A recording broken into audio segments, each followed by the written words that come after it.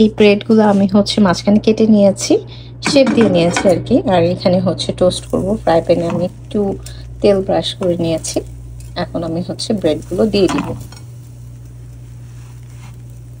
এখন আমি এগুলো হচ্ছে ভালো করে টোস্ট করে নিব।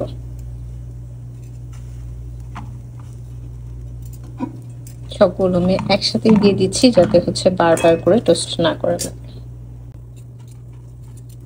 এগুলোকে হচ্ছে উল্টে পাল্টে টোস্ট করতে হবে।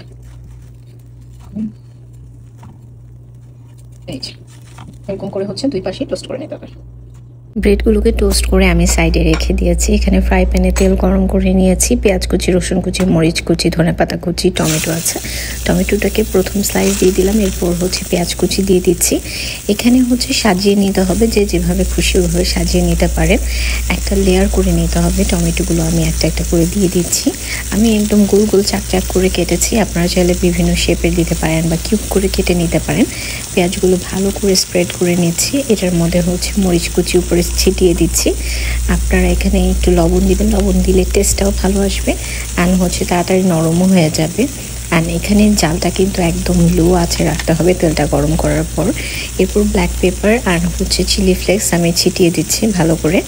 আর এখানে ধনে পাতা আর সাথে হচ্ছে 4টা ডিম দিয়েছি। আর 4টা ডিম দেওয়ার পর আমি এখানে লবণ দিয়ে ঢাকনা দিয়ে ঢেকে দিব। আর সবচেয়ে বড় কথা হচ্ছে ডিম ছাড়ার সময় আমি ভিডিও করতে পারিনি, কারণ আমার কাছে স্ট্যান্ড নেই, যেহেতু আমি এক হাতেই ভিডিও করি। এরপর ঢাকনা দিয়ে ঢেকে দিলাম। লো হিটের ডিমটা হতে হতে আমি এখানে আরেকটা জিনিস তৈরি করে নিয়েছি। সেটা হচ্ছে রসুন কুচির সাথে মরিচের গুঁড়া, ধনে পাতা আর সামান্য একটু লবণ দিয়ে ভালো করে মিক্স করে নিয়েছি। আর এই রসুনটা দেওয়ার কারণে এই ডিমটা একটু ডিফারেন্ট একটা স্মেল আসবে অ্যান্ড এটার টেস্টটাও ভীষণ ভালো হবে মাশাল্লাহ।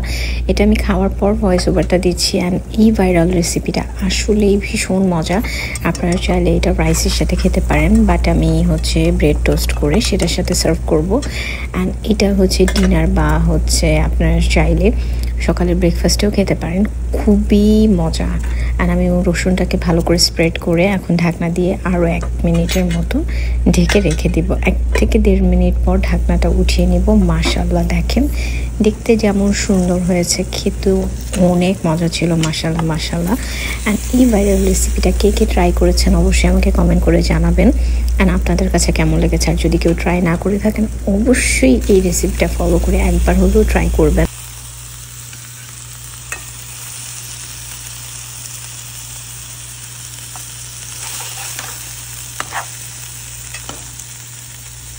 সুন্দর করে প্লেটিং করা শেষ।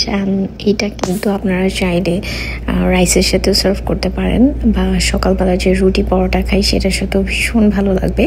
আমি ব্রেড টোস্টের সাথে খেয়েছি, আমারটা অনেক ভালো লেগেছে। এটা দেখতে যতটা সুন্দর খেতে ততটাই মজা।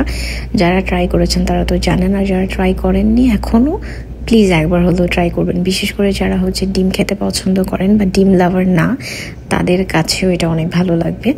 আর এটা আমি হচ্ছে ব্রেড দিয়েও খাচ্ছিলাম, এত মজা হয়েছে মাশাল্লাহ। ভয়েস ওভার দেওয়ার সময় আমার এখন আবার ক্ষুধা লেগে গেছে। Thanks for watching.